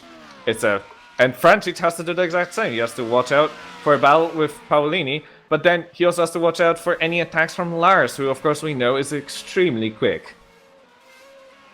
Yeah, Lars is definitely recovering from his earlier mishap, and we'll be looking to try and pick up a few of these guys. It's certainly out the question now. He's not going to win today's race. He's doesn't have enough laps and is too far behind the leaders, but that still means he'll retain his 50% win streak, of course, and continue that on into the next round at least. Again, he'll have to win one of those two races there to retain that crazy stat. It's truly impressive. And what's more impressive now is how close it is between Muscat and De Vries as well into turn 1, but not close enough. And I feel that Milan again has just done enough to stay ahead of Paolini, so he's getting a good exit out of that chicane every single time, just to hold on to the position. And it's just good concentration and good skill there from Milan.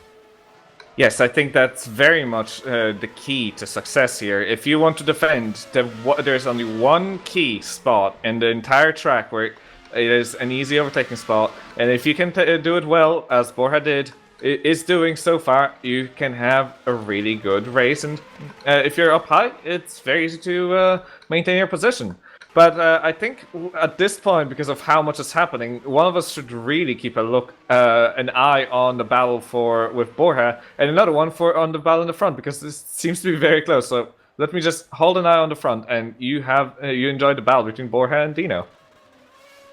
Okay, I'll keep watching this then as they go through Spoon. Milan again, just keeping it very clean and very tidy. Goes defensive very early on, coming out of Spoon. I don't think that was too necessary, but nonetheless it helped break the toe a little bit that Paolini was trying to get from Milan up in towards 130R.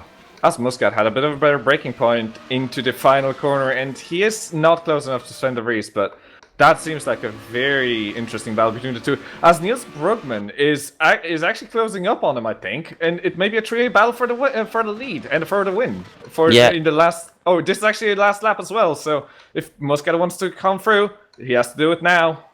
Yep, and Paolini has just got past Milan there as well. Milan just seemed to get a bit loose coming out of the chicane, and he just lost all momentum and dropped position.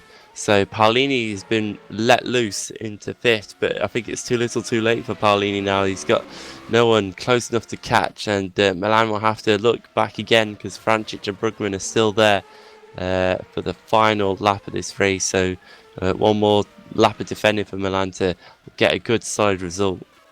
As the top 3 are nose to tail, and this is extremely interesting. Any small mistake from any of the 2 drivers in front, and Niels Brugman or Jason Muscat can take the win. It could be very, very close. And we've seen mistakes can happen to even the best, but going through Spoon currently, Sven de Vries is slightly worse off than Muscat. Muscat possibly may have a slipstream, but I think he's a bit too far for an attack into 130R. But that does not mean that Muscat has to concede the win. This is going to be a battle to the line. He's very close, on the very back end of Sven de Vries. One mistake on the exit from Sven, and Jason could take this. But I think Sven, at this point, has got it. And Sven is going to cross the finish line right now in first place, followed by Jason Muscat and Niels Brugman. And Risto Kacper takes fourth, with Dino Paulini in fifth. As I'm seeing a crash across the line of Lars Brugman, who finished 8th, right behind Borja Milan, who lost 6th place to David Francic. Yeah, it was a good end to the race there. Battles throughout the field and kept us well entertained for the second race here today. But Sven de Vries has taken the win, and while it was a concentrated drive, he really had to keep on his toes because Jason Muscat kept him honest for the entire race, and hats off to Jason Muscat picking up his best result of the season, second place here today. He hasn't been able to achieve that at any other point this season, so that's a good haul of points for himself, and that'll probably help him try and move up in the championship. He's got Scott Beresford just ahead, so he might have actually leapfrogged Beresford here today. It's going to be close between the two because Beresford scored points as well. Niels Brugman got some good points also in third place, as did Risto Kacper and Paulini. But Milan did a very solid job. He lost a few positions there right at the end, but still 7th place for him and for ST Racing are really, really important because that's going to help ST pull away from Racing Team Schroten at the bottom of the championship. They're a bit too far behind Fox Racing to catch them, but at least they'll be able to say that they're not the team at the very bottom of the field. And of course, Lars Brugman making a mistake and only finishing 8th. That's a very rare result for him. I think that's only the third or... It is the third worst result from Lars. I think he did have one 9th place finish. Yes, it won in Bahrain, and he did have one non-finisher in Spa. So this is his third worst result this season, and that's very disappointing. But all things considered, he has lost an entirety of 1 point of a lead throughout this weekend. So it's 110 rather than 111. Of course, yes, because he finished 1 place worse than De Vries did in race 1, didn't he? So it's pretty much nothing has changed. So that just means with only 200 points left to grab in the Drivers' Championship, he's about halfway home then, is Lars, and he could be celebrating it by the end of the US race that we've got in a couple of races' time. Yes, he can, and technically, if for example Sven was not to drive next round, which he hopefully will, he could technically take that. He could technically take the championship next round, because 50 points in a race, of course, or in a race weekend, up for grabs, and 150 points will be up for grabs after next round. So basically, there is a technical chance for Lars to come out as a champion next time by. Yes, whether he does it in Abu Dhabi or America or Mexico or even Brazil, I don't think it'll come to any surprise to anyone. And another solid job here today. Not his best round of the season, but a good one nonetheless. And again, for Proline, that means that they're getting closer to the championship as well. I can't work out the maths, but they were already over 200 points ahead going into this round, and I think they've only just strengthened that. It's probably been a bit close because Street Fighter had a good round this time around, because Francic and Kacper both got double scoring points positions in race 1 and 2. To help keep them honest with Proline, but again, Proline've got such a healthy lead that it's an inevitability really as to when they win the championship. Yes, so while the championship is basically fully formed, let's be honest, there's very little chance for Lars, especially now, to lose that championship. But either way, I think even so, races in this series are so exciting to watch. No matter what happens, there's just so much action. Yeah, there has been throughout the whole season. It's been absolutely fantastic, and again today it was not like tons of overtaking, but the battles were so close, and that's what you want to see is the battles. It's no fun watching cars pass each other in a straight line, but watching these drivers having to be patient and just hold on or attack carefully for a whole lap around all the tight, twisty, very difficult corners, and then be able to just blast across down the straight and get the position was very fun to see. And we got to see some amazing overtakes into turn one in what is a really difficult track, definitely one of the hardest on the calendar. And I was expecting a higher attrition rate today, so hats off to the drivers for keeping it clean for the most part and keeping it out the barriers. Yes, and now I think we're gonna move on to the interviews. And yes, I will agree with you that was a very difficult track, and I'm very happy with the amount of finishers either way. And yes, so I shall bring the interviewees now, and let's start with the championship leader and the first race winner, Lars Brugman. So interesting couple races, but well done on the first race win, and a bit disappointing second race. Yeah, race 2 wasn't really very good. I made a mistake, almost hit the wall, and after that I just couldn't get my rhythm back. So in the end I did some okay laps, but before that it wasn't very good. And race 1 was I didn't really have the pace of Dino or Risto, but through the strategy I managed to get ahead and finish the race in first place. Well done on the win, and you still are maintaining your 50% win ratio throughout the season, so it's always probably a nice number to look at. With that said, Sven de Vries, our second race winner, talk us through those races, because you started quite far back on the grid in the first race, and something amazing happened. Yeah, I wouldn't say amazing. I think a little bit of luck here and there, but sometimes you need some luck too. I didn't have any practice because we're in the middle of a move, so everything's in boxes, and I tend to usually get away with that, but around Suzuka it's a little bit more difficult, so it was quite slow. So I was happy to finish 7th in race 1, which gave me the pole position for race 2. Very happy to see Jason take P2 behind me, and Borja Milan in 3rd, because I realized Jason is a fair driver. He's not really gonna push very hard to do a do or die action on me, and he's good at defending. So I knew I had a buffer behind me, although he managed to keep up very well. He was actually faster than me, but didn't manage to overtake me for the win. So yeah, but very happy with the results, even though I wasn't the fastest. Happy to leave with a win. Yes, that was definitely impressive. For Jason did put quite a bit of pressure for what we've been seeing, and it did look like a great battle until the very end. So again, well done, and yeah, congratulations to you two for winning. Also, just as a little matter of fact, Lars, you have lost 1 point of your lead up to down to 110. Terribly sorry about that. Yeah, I'm getting worried actually.